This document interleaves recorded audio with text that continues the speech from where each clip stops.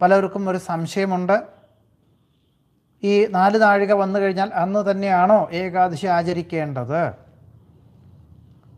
അതിൽ പ്രമാണത്തിൽ പറയുന്നത് അരുണോദയത്തിന് ദശമി സ്പർശമുള്ള ഏകാദശിയാണെങ്കിൽ, അതായത് അരുണോദയം എന്ന് പറഞ്ഞു കഴിഞ്ഞാൽ ഉദയത്തിൻ്റെ തൊട്ട് മുമ്പെയുള്ള 4 നാഴിക.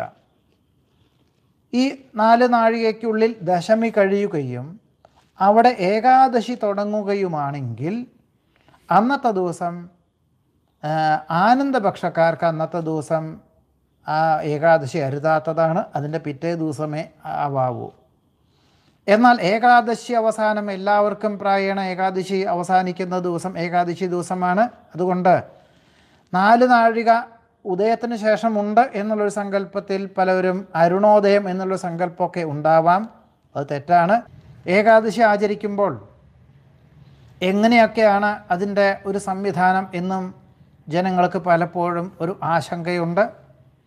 ഇന്നത്തെ നിലയിൽ ഏകാദശി ആചരിക്കുന്ന കാര്യത്തിൽ ഒരു ഭക്ഷണം നമ്മളൊക്കെ വിഭിന്നമായിട്ടുള്ള ഭക്ഷണ പദാർത്ഥങ്ങളൊക്കെ കഴിച്ച് ധാതുപുഷ്ടി നിലനിർത്താനായിട്ട് അതിൽ നിന്ന് സ്വീകരിക്കുന്ന ധാതുക്കൾ നിലനിൽക്കാനായിട്ടാണ് നമ്മുടെ ഈ ദേഹത്തിൽ പൊതുവേ ഔഷധങ്ങളൊന്നുമില്ലാതെ തന്നെ ദേഹം നിലനിൽക്കും. ഈ ഭക്ഷണ പദാർത്ഥങ്ങളെ കൊണ്ട് നിലനിൽക്കും എന്നുള്ളത് തന്നെയാണ് അനുഭവവും, അങ്ങനെ തന്നെയാണ് ശാസ്ത്രത്തിലും പറയുന്നത്.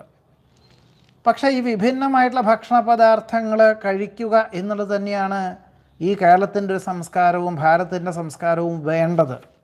സാഹചര്യങ്ങളെ കൊണ്ടും പല സ്ഥലങ്ങളിലും താമസിക്കുന്നത് കൊണ്ടും ദുർലഭമായതുകൊണ്ടൊക്കെ ചിലതൊന്നും ഇപ്പം സാധിക്കുന്നില്ല. പലപ്പോഴും പല ഫലമൂലാദികളൊക്കെ തന്നെ അങ്ങനെ കൃഷി ചെയ്തുകൊണ്ട് വരുന്നത് കൊണ്ടും ചില മൂല്യങ്ങളൊക്കെ കുറയാം. ഏതു വിധത്തിലായിക്കോട്ടെ, അങ്ങോട്ട് ഒന്നും കിടക്കുന്നില്ല.